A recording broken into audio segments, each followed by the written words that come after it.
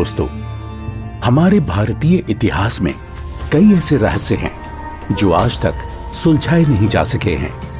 इनमें से एक ऐसा रहस्य है जो पूरे विश्व को हैरान कर रहा है, और वो है जगन्नाथ मंदिर का रहस्य। तो चलिए इस रहस्य को सुलझाने का प्रयास करते हैं। कहते हैं इतिहास को कभी मिटाया नहीं जा सकता। वो इतिहास ही है जो हजारों लाखों वर्षों में घटित हुई अतीत की घटनाओं को चलचित्र की तरह हमारे सामने रूबरू करा देता है। जगन्नाथ मंदिर भारत के ओडिशा राज्य में स्थित एक हिंदू मंदिर है। जगन्नाथ मंदिर को भारत के सबसे पवित्र मंदिरों में से एक माना जाता है। जगन्नाथ मंदिर के बारे में कई रहस्य हैं। एक रहस्य ये है कि मंदिर में स्थापित मूर्तियां अधूरी क्यों हैं? मंदिर का निर्माण कैसे हुआ? इस मंदिर में छुआछूत क्यों नहीं है? इन सभी रहस्यों को जानने के लिए देखते हैं सत्य घटनाओं पर आधारित ये 2D एनिमेशन वीडियो। ईश्वर की लीला अपरंपार है और स्वयं पूर्ण परमेश्वर इस मंदिर के निर्माण में किस प्रकार शामिल रहे हैं, ये बात आज तक आमजन के लिए रहस्य ही रखी गई। आइए उस सत्य से रूबरू होते हैं और जानते हैं आखिर कैसे बना उड़ीसा के तत्कालीन राजा इंद्रदमन, जो कि बहुत धार्मिक प्रवृत्ति के थे और श्री कृष्ण जी की इष्टतम रूप में पूजा किया करते थे। एक रात जब राजा इंद्रदमन आराम फरमा रहे थे, तब श्री कृष्ण जी उनके स्वप्न में आकर दर्शन देते हैं और उनसे कहते हैं,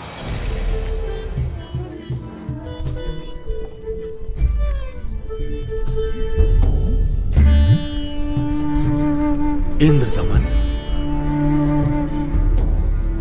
हे प्रभु, आप?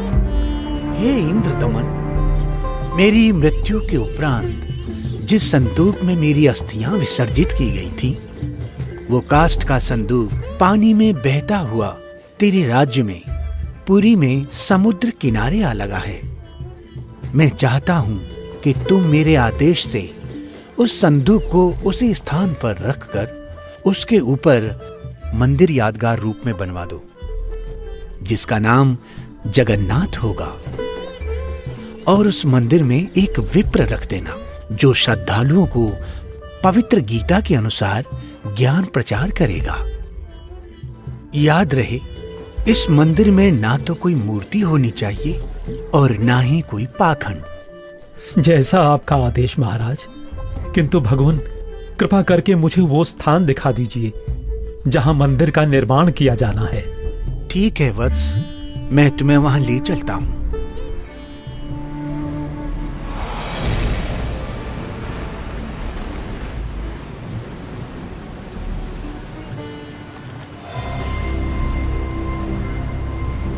इंद्रदमन, यही वह स्थान है जहां तुम्हें हमारा मंदिर बनाना है।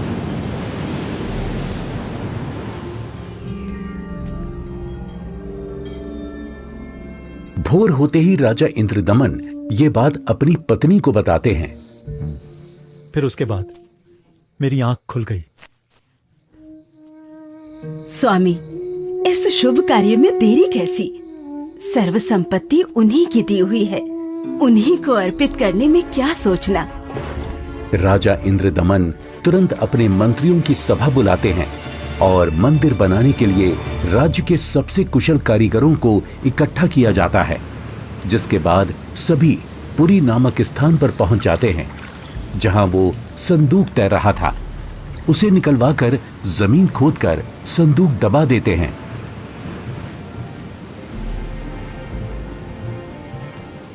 और देखते ही देखते उस संदूक के ऊपर मंदिर बनाने का काम शुरू हो जाता है।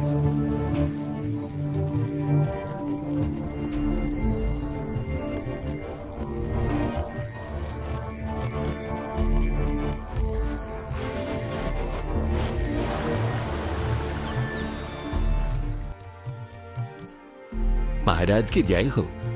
प्रभु श्री कृष्ण जी की दया से मंदिर बनकर तैयार है महाराज। राजन, बहुत सुंदर मंदिर बनकर तैयार हुआ है।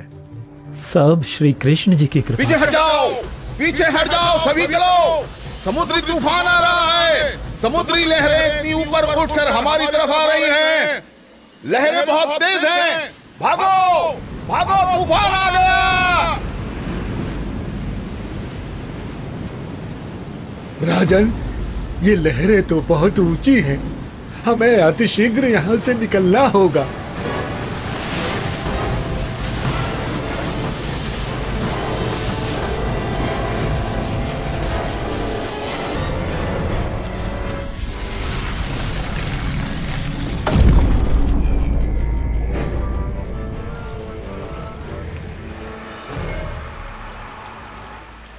हे भगवान, ये क्या अनर्थ हो गया। समुद्र की लहरों ने मंदिर को तहस नहस कर दिया है महाराज। जगन्नाथ मंदिर के तैयार होते ही समुद्री लहरों का आना और मंदिर को अपने आगोश में समा लेना, ये घटना सिर्फ एक बार नहीं अपितु 5 बार घटित होती है।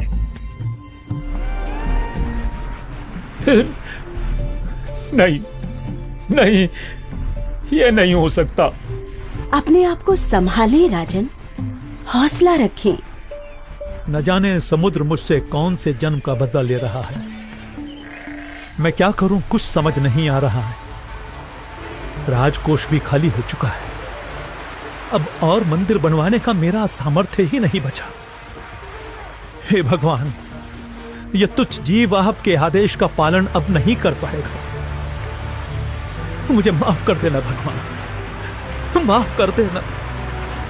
राजा के 100 यत्न करने के बावजूद मंदिर नहीं बन रहा था। तब काल ब्रह्म से हुए वचन के मुताबिक सर्व सृष्टि के रचनाहार, सभी आत्माओं के जनक, दुखहर्ता कबीर प्रभु अपने निज धाम सतलोक से आकर वहां प्रकट होते हैं और एक संत रूप में राजा के दरबार में पहुंच जाते हैं।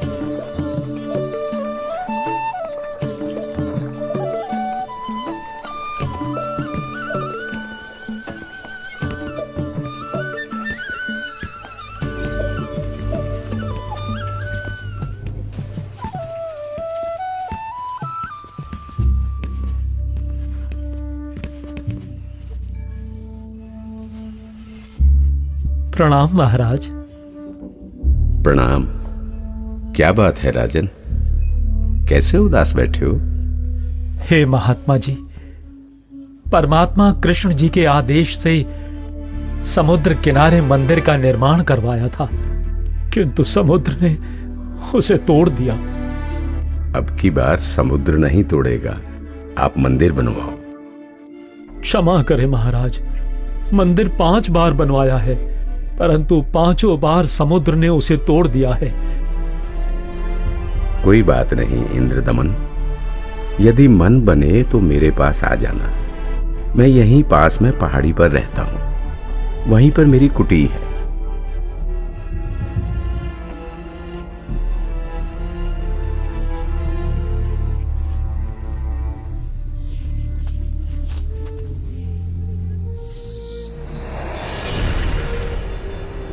इंद्रदमन, एक बार फिर मंदिर बनवा दे।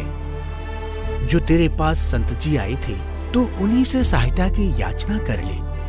वो कोई मामूली संत नहीं है इंद्रदमन। उनकी भक्ति शक्ति का कोई पार पार नहीं है।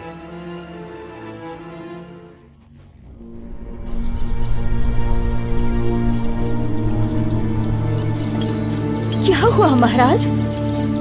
अभी अभी भगवान श्री कृष्ण जी ने दर्शन देकर मंदिर फिर से बनवाने को कहा है। अच्छा। और बताया है कि जो संत समुद्र को रोकने की बात कर रहे थे वो बहुत शक्ति युक्त हैं। मुझे उन्हीं के पास जाकर प्रार्थना करनी चाहिए। प्रभु कह रहे हैं तो आप मत चूको महाराज। प्रभु का मंदिर फिर बनवा दो।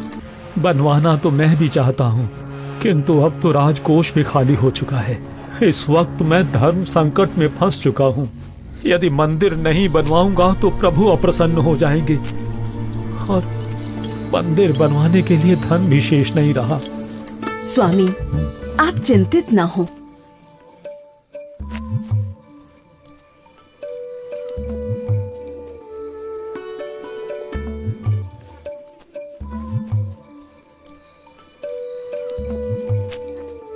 मेरे पास आभूषणों की कोई कमी नहीं है। किंतु रानी, आपके आभूषण।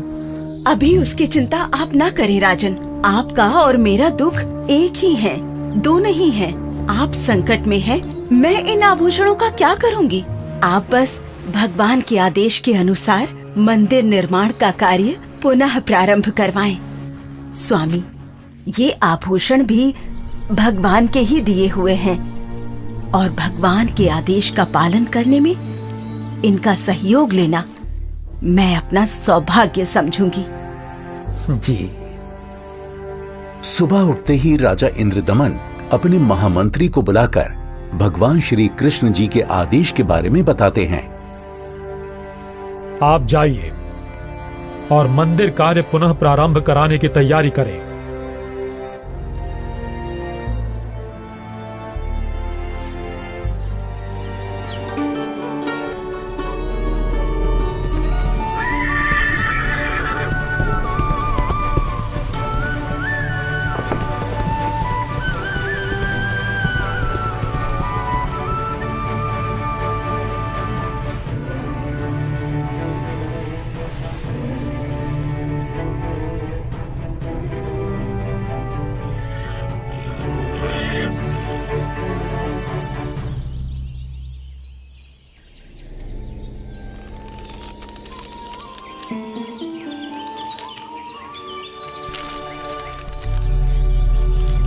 प्रणाम ऋषि जी। कहो इंद्रदमन, कैसे आना हुआ? हे महात्मा, मुझे माफ कर दो। मैंने आप पर विश्वास नहीं किया। स्वप्न में भगवान श्री कृष्ण जी ने बताया है कि आप समर्थ ऋषि हैं। मुझ दीन पर कृपा करो। राजन, जिस ओर से समुद्र हर बार आकर मंदिर को बहा ले जाता है, आप उस ओर एक छोटा सा चबूतरा बनवा दें, जिस पर बैठकर मैं परमात्मा की भक्ति करूंगा। जो आज्ञा महाराज। कुछ समय बाद मंदिर का निर्माण कार्य तकरीबन पूरा हो चुका था। एक दिन राजा स्वयं खड़े होकर निर्माण कार्य देख रहे होते हैं। तभी वहां गोरखनाथ जी आ जाते हैं। प्रणाम स्वीकार करें महात्मन। इंद्रदमन, आप भगवान का इतना सुंदर मंदिर बनवा रहे हैं, किंतु सुना है कि इस मंदिर में कोई मूर्ति नहीं लगा रहे। ऐसा क्यों? मुनिवर क्षमा करें। भगवान श्री कृष्ण ने स्वयं स्वप्न में आकर मुझे मूर्ति लगाने से मना किया है। राजन, सपना तो सपना ही होता है। आपको हमारे आदेश का पालन करना होगा। मंदिर में भगवान कृष्ण की मूर्ति की स्थापना की जाए। हे महात्मन, जैसा आपका आदेश। हाँ, और याद रहे, मूर्ति चंदन की लकड़ी से बनाई जाए। राजा ने अपने मंत्रियों को बुलाया और विचार विमर्श करने के बाद अन्य संतों से कहा कि राजन, अकेले भगवान का मन कैसे लगेगा? मंदिर में भगवान श्री कृष्ण जी के साथ साथ बलराम और सुभद्रा की मूर्ति भी स्थापित की जाए। राजा ने मूर्ति बनाने के लिए एक कुशल कारीगर ढूंढने की बात कही। मंत्रियों ने 3 कुशल कारीगरों को बुलाकर मूर्तियां बनवाना शुरू कर दिया। अब एक तरफ मंदिर तो दूसरी तरफ मूर्तियां बनाने का काम चल रहा होता है, किंतु कुछ समय बाद पता चलता है कि जिस तरह मंदिर बार बार टूट रहा था, अब इस प्रकार मूर्तियों के भी अपने आप टुकड़े टुकड़े होने लगते हैं। और ऐसा 3 बार होता है, जिसे देख राजा इंद्रदमन बहुत चिंतित हो जाते हैं। किंतु भगवान से भक्त का दुख देखा नहीं जाता। इसलिए एक दिन जब राजा अपने दरबार में बैठे होते हैं और पूरा दरबार बिल्कुल शांत होता है, सबके सब इसी चिंता में होते हैं कि करें तो क्या करें। तभी वहां पूर्ण परमात्मा कबीर देव एक वृद्ध कारीगर यानी शिल्पकार का रूप धारण करके प्रकट हो जाते हैं।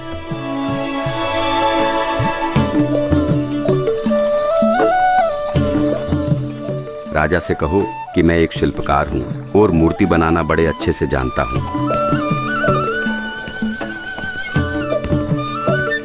महाराज की जय हो। महाराज, बाहर एक वृद्ध व्यक्ति आया है और अपने आप को मूर्तिकार बता रहा है। आपसे मिलना चाहता है महाराज। अवश्य, उनको अवश्य आने दिया जाए। जो आदेश महाराज।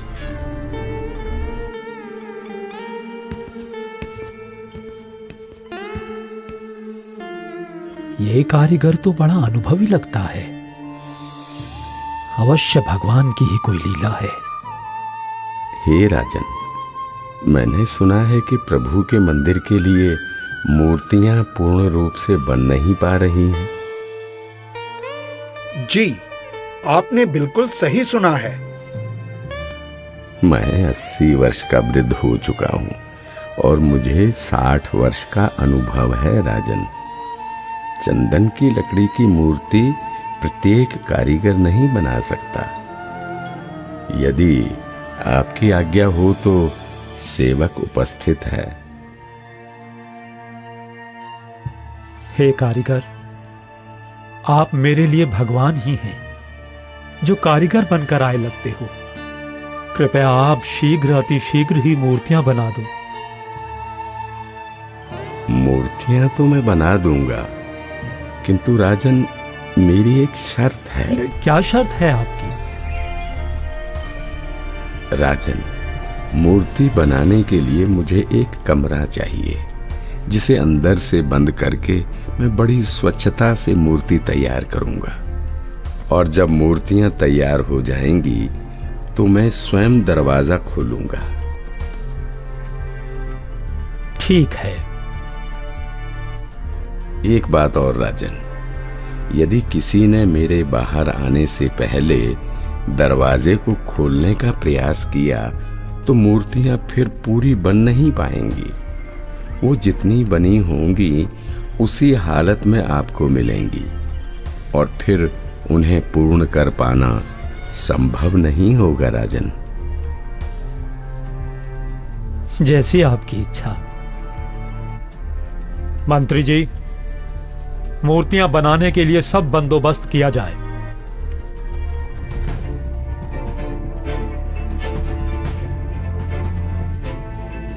प्रणाम महात्मा जी। इंद्रदमन, मूर्तियां बनवाई क्या? आपकी आज्ञा का पालन पूर्ण रूप से किया गया है महात्मा जी, परंतु मेरा दुर्भाग्य है कि मूर्तियां बन नहीं पा रही हैं। बनते बनते ही सबके टुकड़े टुकड़े हो जाते हैं। मूर्तियां अवश्य बनवानी है राजन, आप बनवाओ। मैं देखता हूं कैसे टूटती है मूर्ति। हे नाथ जी, प्रयत्न किया जा रहा है। प्रभु का भेजा एक अनुभवी कारीगर बंद कमरे में मूर्तियां बना रहा है। राजा इंद्रदमन नाथ जी को सारी स्थिति से अवगत करवाते हैं और कारीगर की शर्त के बारे में भी बताते हैं, किंतु महात्मा नहीं मानते। वो मूर्तियां देखने की जिद करने लगते हैं और राजा के मना करने के बावजूद भी उस कमरे के सामने पहुंच जाते हैं जहां मूर्ति बनाने का काम चल रहा होता है।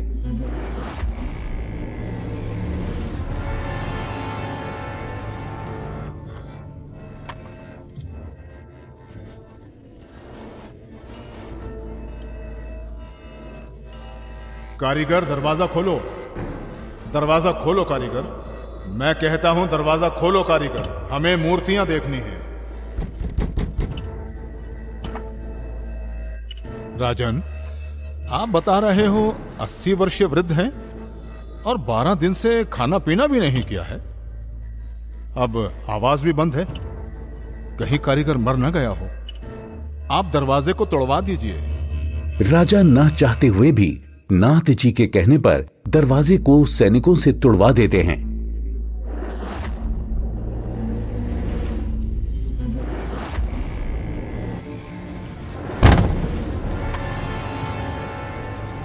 दरवाजा खुलने पर अंदर कोई कारीगर नहीं मिलता।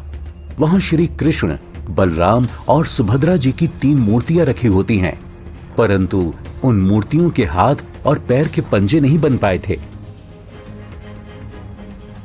ये देखकर सभी चौंक जाते हैं। हे भगवान, वो बुजुर्ग कारीगर तो यहां है ही नहीं। इसका मतलब वो कोई साधारण व्यक्ति नहीं थे, बल्कि स्वयं भगवान ही थे। मंदिर का निर्माण पूरा हो चुका है। अब इन्हीं मूर्तियों को भगवान की इच्छा समझकर मंदिर में स्थापित करवा दो राजन। हो सकता है प्रभु को यही स्वीकार हो। लगता है श्री कृष्ण ही स्वयं मूर्तियां बनाकर गए हैं। मंदिर का निर्माण कार्य संपन्न हो चुका था। अब बारी थी तो मूर्तियों में प्राण प्रतिष्ठा की, जिसके लिए राजा, रानी, मंत्री, महामंत्री और काफी संख्या में पंडित ब्राह्मण मंदिर के सामने पहुंच जाते हैं।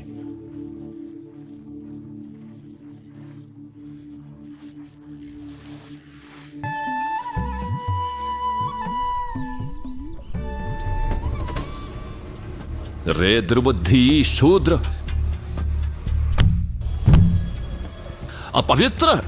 देखता नहीं मंदिर का द्वार अपवित्र कर दिया तूने। ये क्या हो गया? शूद्र कैसे बन गई? भगवान ये कैसे हो गया? ये कैसे हो गया भगवान? कैसे हो गया? प्रभु क्षुब्ध हो गई हैं क्योंकि मुख्य द्वार को उस शूद्र ने अशुद्ध कर दिया है, इसलिए सब मूर्तियों ने शूद्र रूप धारण कर लिया।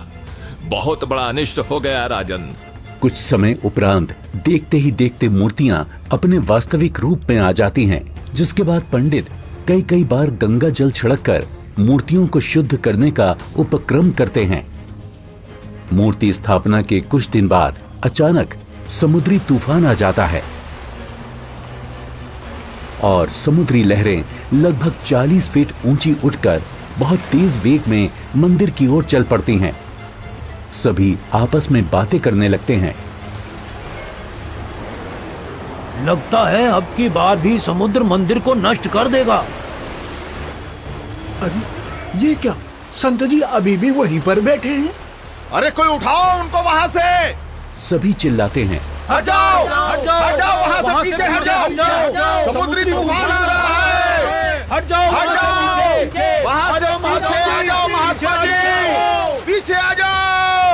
अरे अरे अरे अरे अरे ये क्या हो गया? ये क्या हो गया? ये क्या हो गया? अरे क्या होगा? कहाँ था? महात्मा जी ने पानी को वहीं पर रोक दिया है राजन। लगता है अब की बार मंदिर बच जाएगा। महात्मा अवश्य ही कोई परम शक्ति युक्त है।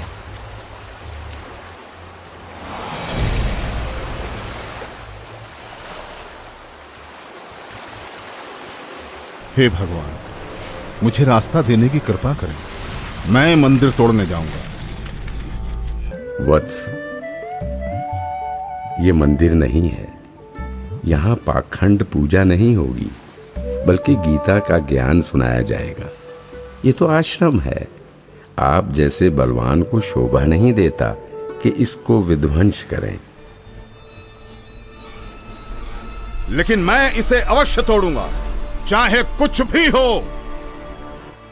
अगर ऐसा है तो जाइए समुद्रदेव, तोड़िए।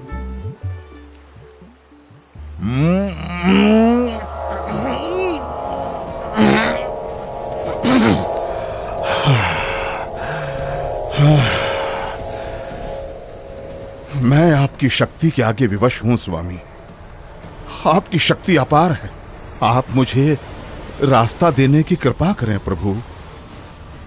मैंने राजा इंद्रदमन को मंदिर की रक्षा का वचन दिया है। मैं मार्ग से नहीं हट सकता समुद्रदेव। आप ऐसा कुकृत्य क्यों करना चाहते हैं? जब ये कृष्ण त्रेता में श्री राम बनकर आए थे, तब इन्होंने लंका जाने के लिए मुझे अग्नि बाण दिखाए और मुझे भला बुरा कहकर अपमानित कर रास्ता मांगा था। लक्ष्मण, मेरा अग्नि बाण दो। लातों के भूत बातों से नहीं मानते। मैं ये मंदिर तोड़कर उसका प्रतिशोध लेना चाहता हूं। समुद्रदेव, प्रतिशोध तो आप पहले ही ले चुके हो। आपने तो समस्त द्वारिका पहले ही डुबो दी है। जी नहीं, अभी वो पूर्ण रूप से नहीं डूबी। कोई प्रबल शक्ति युक्त संत आने के कारण मेरा वो कार्य भी अधूरा रह गया और वो आधी ही डूब सकी, क्योंकि मुझे वहां पर किसी ने मानो बांध दिया है। वत्स, वहां भी मैं ही पहुंचा था और मैंने ही वो अवशेष बचाया था। अब जा, शेष बची द्वारका को भी डुबो ले, परंतु उस यादगार को छोड़ देना जहां श्री कृष्ण के शरीर का अंतिम संस्कार किया गया था। अन्यथा आने वाले समय में ये भ्रम पैदा होगा कि श्री कृष्ण की मृत्यु ही नहीं हुई। समुद्र, ध्यान देकर सुन। यदि फिर इधर मंदिर तोड़ने आया तो बात ठीक नहीं रहेगी। कबीर परमेश्वर के आदेश से समुद्र लगभग 1.5 किलोमीटर पीछे हट जाता है, जिसे देखकर वहां खड़े राजा, मंत्री, सैनिक और जनता सभी खुशी मनाने लगते हैं और जय जयकार करने लगते हैं संत रूप में आए कबीर परमेश्वर की। महात्मा की जय, महात्मा की जय हो, जय हो, जय हो, जय हो, जय हो।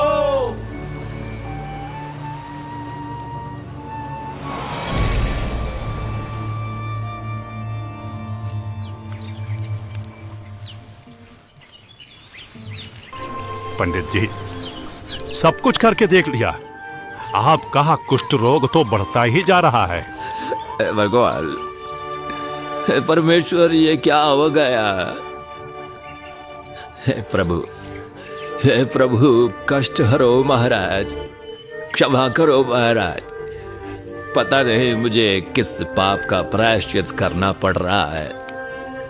गलती क्षमा करो प्रभु, गलती क्षमा करो।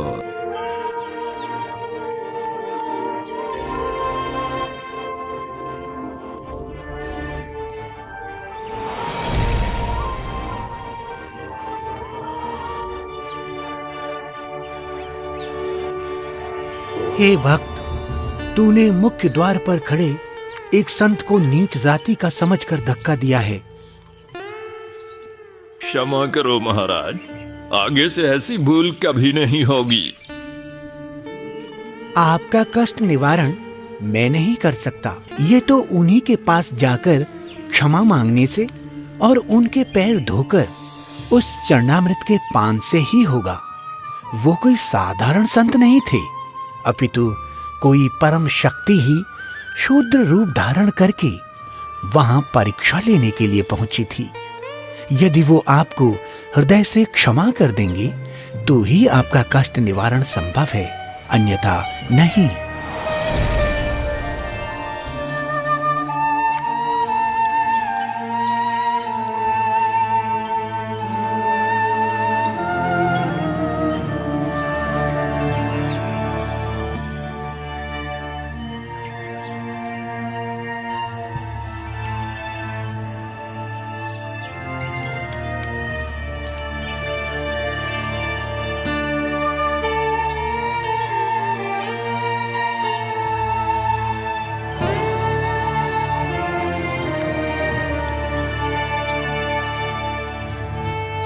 सुना है कि पंडित जी ने प्राण प्रतिष्ठा वाले दिन जिसको धक्के मारकर मंदिर से बाहर गिराया था, भगवान श्री कृष्ण ने दर्शन देकर उन्हीं से माफी मांगने को कहा है। अच्छा? हाँ, मुनि की खोज सभी कर रहे हैं ताकि पंडित जी का कोढ़ का रोग ठीक हो सके। आसपास के पूरे क्षेत्र में घूमने के बाद भी जब परमेश्वर का वो शुद्र रूप कहीं दिखाई नहीं दिया, तब वापस मंदिर जाते समय पंडित जी मन ही मन भगवान से प्रार्थना करते हैं, प्रभु, प्रभु,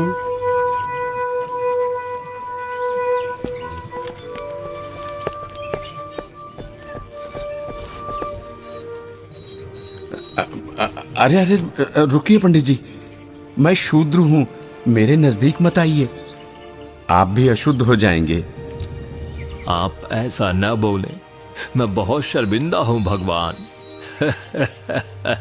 परवरदिगार, मेरा दोष क्षमा कीजिए, मुझ पर दया कीजिए करुणानिधि। क्या बात है पंडित जी, आप क्यों विलाप कर रहे हैं? महाराज, उस दिन मुझसे बहुत बड़ी भूल हो गई, मुझे क्षमा कर दीजिए प्रभु। ये नीच प्राणी प्रायश्चित करना चाहता है, अपने चरणों का जल देने की कृपा करें जिससे मेरा कोढ़ ठीक हो सके प्रभु।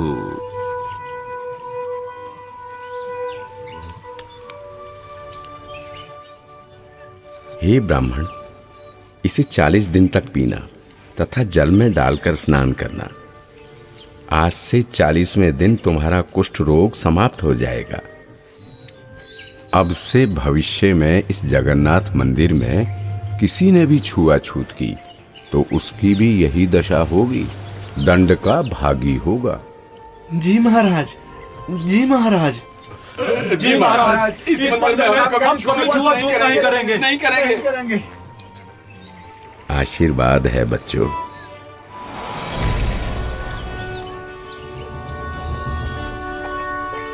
कहते हैं जगत का पेख ना पेख्या, धनी का नाम ना लेखिया।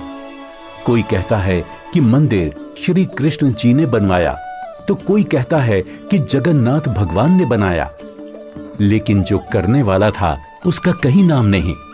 खैर, वो परमात्मा अपने आप में ही पूर्ण है, वो किसी महिमा का मोहताज नहीं।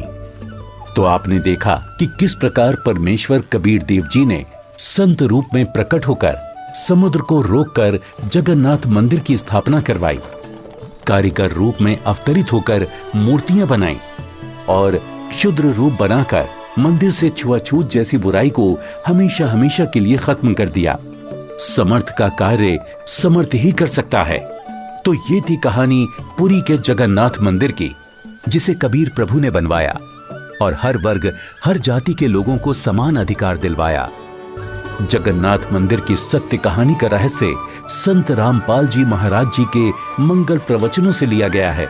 हम सभी संत रामपाल जी महाराज का कोटि कोटि धन्यवाद करते हैं, जिन्होंने हमारे शास्त्रों में छुपे गूढ़ रहस्यों को उजागर कर हमें सत्य से रूबरू कराया। आज वर्तमान में केवल संत रामपाल जी महाराज ही तत्वदर्शी संत हैं, जो भक्ति और भगवान के बारे में वास्तविक जानकारी दे रहे हैं। संपूर्ण आध्यात्मिक ज्ञान प्राप्त करने के लिए अवश्य सुने जगत गुरु तत्वदर्शी संत रामपाल जी महाराज के मंगल प्रवचन और अभी डाउनलोड करें संत रामपाल जी महाराज एप्लीकेशन।